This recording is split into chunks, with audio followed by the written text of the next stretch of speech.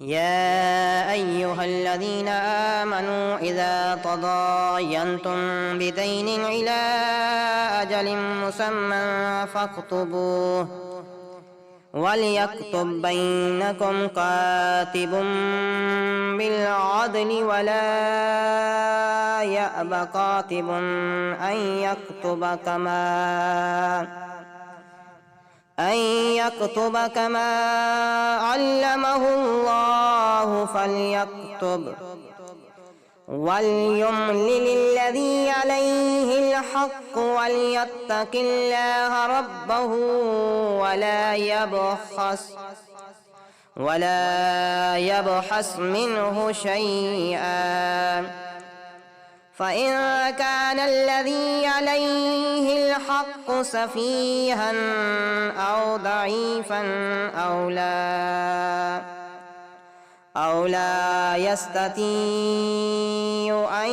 يمل هو فليملل وليه بالعدل واستشهدوا شهيدين من رجالكم فإن لم يكونا رجلين فرجل وامرأتان ممن ترضون من الشهداء أن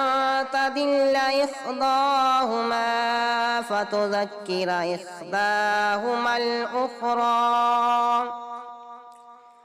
ولا يأبى الشهداء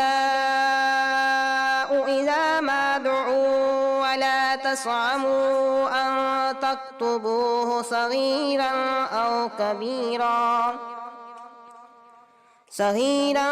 أو كبيرا إلى أجله ذلكم أقسط عند الله وأقوم للشهادة وأدنى ألا ترتابوا إلا أن تكون تجارة خادرة تديرونها بينكم فليس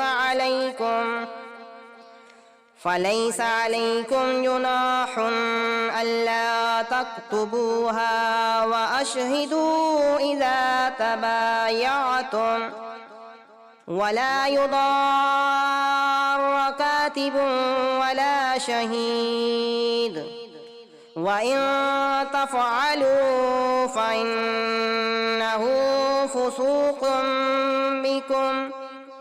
واتقوا الله ويعلمكم الله والله بكل شيء عليم۔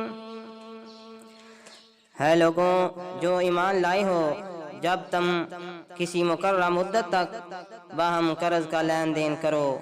تو اسے لکھ لیا کرو، اور لکھنے والے پر لازم ہے کہ تمہارے درمیان انصاف کے ساتھ لکھے، اور کسی لکھنے والے کو لکھنے سے انکار بھی نہیں کرنا چاہیے جیسا کہ اللہ تعالیٰ نے اسے لکھنا سکھایا، پس لازم ہے کہ وہ لکھے،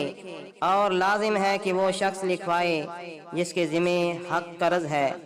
اور وہ اللہ تعالیٰ سے ڈر جائے جو اس کا رب ہے، اور اس میں کچھ بھی نہ کم کرے۔ پھر جس شخص کے ذمہ حق قرض ہو، اگر وہ نہ سمجھ یا کمزور ہو یا خود لکھوانے کی استطاعت نہ رکھتا ہو تو اس کے مختار پر لازم ہے کہ انصاف کے ساتھ لکھوائے، اور اپنے مردوں میں سے 2 آدمیوں کو گواہ بنا لو۔ پھر اگر 2 مرد نہ ہوں تو 1 مرد اور 2 عورتیں ان لوگوں میں سے جنہیں تم گواہوں میں پسند کرتے ہو، تاکہ ان دونوں عورتوں میں سے ایک بھول جائے تو ان میں سے ایک دوسری کو یاد کرا دے،